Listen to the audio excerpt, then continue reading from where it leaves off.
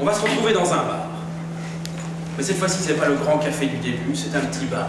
Un petit bar de quartier d'habitués. On a là des vieux paix avec leurs vieilles casquettes qui fument des gros cigares, qui fument la pipe et qui discutent de tout et n'importe quoi, de politique, tu vois là, il y a très peu de femmes. Ça parle très fort, ça boit des grosses bières. Et voilà que tout d'un coup, entre une petite fille, accompagnée bien sûr d'un monsieur. Eh bien sachez que toutes les semaines, cette petite fille vient dans ce bar précisément boire avec son papa un chocolat chaud. Eh bien, ce moment de la semaine, c'est le moment qu'elle attend toute la semaine. C'est le moment magique où elle ouvre les yeux grands et découvre un nouvel univers. Toutes ces moustaches savantes, toutes ces barbes hirsutes, toutes ces discussions politiques. Et puis, cette ambiance, ça, elle ne trouve que à cet endroit, que à ce moment. Et elle apprend, elle regarde, en sirotant son petit chocolat.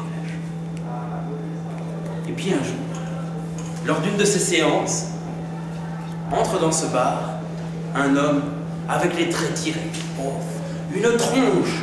On jurait que toute la misère du monde vient de lui tomber dessus. Il est là, dans un manteau, un vieil impair tout miteux. Il a un chapeau corné, il est décoiffé, il a des cernes. Bref, il a l'air sur le point de se foutre à l'eau. Et quand cette jeune fille voit ça, oh, se sent rempli d'un sentiment de pitié, de tristesse. Impossible à supporter. L'homme s'assoit, commande une bière, alors elle se dit que ce bonhomme, ce qui lui manque, c'est un peu de bonheur, un peu de chaleur de cœur. Et elle en a tellement. Son père, sa mère lui en donnent toute sa famille, tout le monde autour d'elle. Alors elle décide d'en prendre un peu au fond d'elle et de l'envoyer vers ce bonhomme. Ce pauvre bonhomme qui a l'air foutu. Elle lui envoie très fort tout son amour. Elle pense très fort à lui. Et elle espère que ça se casse quand même assez bien l'ambiance. Enfin, vous suivez le bonhomme dépressif, la fille qui pense très fort à lui, qui essaye. Vas-y, vas-y, va mieux. Je t'aime, je t'aime. Et effectivement, au fur et à mesure que ce bonhomme boit sa bière, on dirait que le fardeau sur ses épaules est en train de s'alléger. Et même, il lui semble qu'elle a aperçu un sourire au coin de sa lèvre. Et quand le bonhomme se relève, oui, on dirait que c'est déjà plus légèrement qu'il avance vers la porte. Il va vers le porte-manteau, il avait mis son vieil impair minable. Il décroche, il le met sur lui et là, un miracle se produit. Le vieil imperméable pourri s'est transformé en un magnifique par-dessus. Et l'homme n'a plus du tout les traits tirés. Il a l'air merveilleusement bien. Il se tourne vers elle et il lui sourit, Et il lui fait un clin d'œil. Et il sort, il s'éloigne. Et pendant que la porte se referme doucement, on entend dans le bar. Hé, où est mon par-dessus?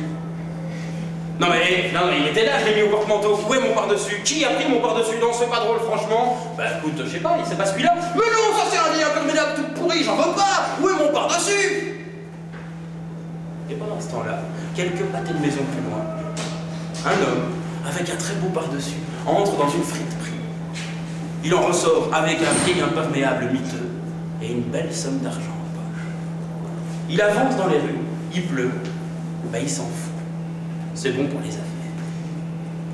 Vous l'aurez peut-être deviné, mais cet homme, il est voleur de par-dessus. C'est son métier. Eh oui. Il fait ça depuis déjà pas mal de temps. Avant, il était pickpocket. Mais pickpocket, ça n'est pas un bon travail. Alors que voleur de par-dessus, c'est que pickpocket, on risque sans arrêt d'être pris la main dans le sac. Alors que voleur de par-dessus, on est à l'abri de tout soupçon. Je vais vous dire, entre pickpocket, c'est bien connu, on se fait toujours des coups en dessous, alors qu'entre voleurs de par-dessus, on est toujours là pour se couvrir entre confrères. Et puis par-dessus tout, comme dit souvent notre homme, moi, dans un par-dessus, il m'arrive de trouver un portefeuille. Alors que dans un portefeuille, il faut quand même avoir vachement du bol pour trouver un par-dessus.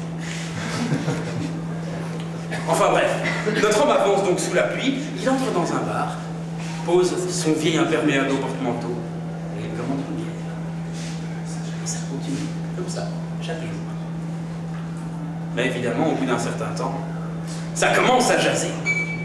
De fait, un beau jour, on peut lire dans un grand encart du soir le voleur de par-dessus.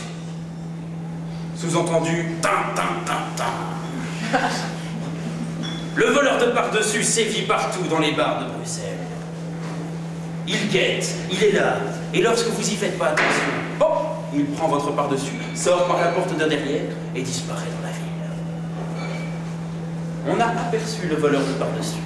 Il semblerait qu'il mesure à peu près 1,75 m, qu'il ait les cheveux châtains, il est blanc de peau, les yeux bruns, et la dernière fois qu'on l'a vu, il portait un par-dessus. La description est plutôt vague. Si bien qu'en ces temps sombres, les gens qui rentrent dans les bars commencent à se dévisager. 1,75 m, les cheveux châtains. Alors, on ne met plus son par-dessus au porte-manteau. On le garde sur ses genoux, ou même à la rigueur, sur soi. Et on sue, comme ça, dans les bars, on ne se parle plus, on regarde devant soi. Ça va mal. La tension est palpable. Vous arrivez au restaurant, le serveur tout bien intentionné s'approche. Dois-je vous débarrasser? Non, touchez pas. Et malgré ça, les par-dessus continuent de disparaître. Une question est surtout laquelle? Que fait la police? Eh bien justement, la police ne chôme pas.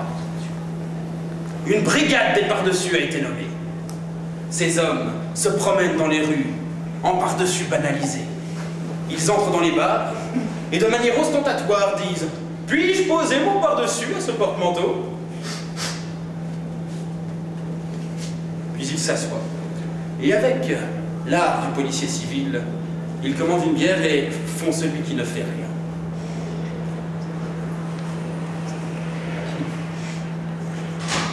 Ils attendent, fixant leur par-dessus. Mais rien ne se passe. C'est que le voleur de par-dessus a plus d'un tour dans son sac. Et quand on l'attend au four, eh bien, il est au moulin. Notre voleur sévit maintenant dans les gares. Vous posez votre valise et votre par-dessus pour aller chercher votre ticket, pour ouvrir une consigne, ou pour aider une vieille dame à poser ses bagages. Pof, vous vous retournez. Hocus pocus, il a disparu. Le par-dessus. Vous allez au commissariat, c'est bien logique. Vous portez plainte. Entre-temps, vous avez acheté un nouveau par-dessus que vous mettez au porte-manteau, mais quand vous revenez, il a disparu. Pire que ça, dans les tribunaux, au palais de justice même, les avocats arrivent, les juges même, et posent au vestiaire leur par-dessus. Et quand ils sortent de cour, disparus. Mais que fait la police? Alors là, on n'en croit plus ses yeux. Je vais vous dire, même au Parlement, on a vu un jour des sénateurs arriver, poser leur manteau et dire « Tiens, Pierre n'est pas là aujourd'hui ?» Non, non, il est malade. Ce jour-là, pas un seul de tous ces sénateurs n'a retrouvé son manteau. Alors, au commissariat, on s'arrache les cheveux, on réfléchit. Jusqu'au jour où un petit malin a dit « Je sais, c'est un anarchiste. » Oui, il cherche non seulement à voler des par-dessus, mais à exprimer un message politique. Ce qu'il fait, c'est la révolution. Par arrachage de par-dessus. Et ce n'est pas compliqué. Il n'a plus rien sous la pédale. Nous savons maintenant où il va frapper. Réfléchissez. Quel par-dessus pourrait-il voler qui serait plus important que celui d'un ministre ou d'un sénateur? Le par-dessus royal. Alors, on envoie une brigade de policiers en civil pour surveiller chaque fait et geste du roi. Et un jour, on se dit, c'est là qu'il va frapper. Ce jour-là, le roi doit passer en revue les effectifs de l'armée. C'est une grande manifestation en trombe, il y aura plein de curieux, et on annonce de la police. Parfait. Alors on arrive ce jour-là, et de fait, un petit crachin traverse le ciel. Notre roi se promène et passe en revue les effectifs.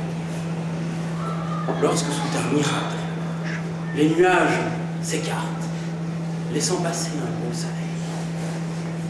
Alors le premier homme de Belgique se défait de son manteau, le pose négligemment sur une barrière et continue son chemin.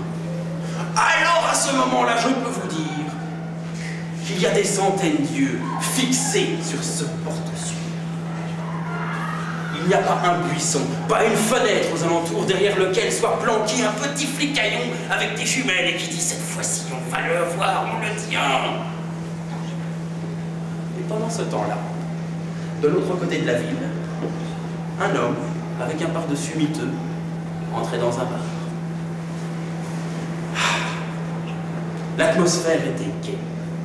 Il y avait de la fumée dans tous les sens, les gens discutaient, on avait oublié cette histoire de voleur.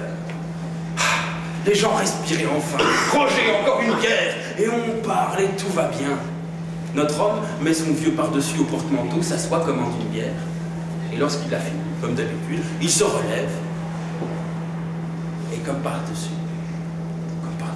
par hasard, magie, son vieux manteau est devenu un magnifique pardessus.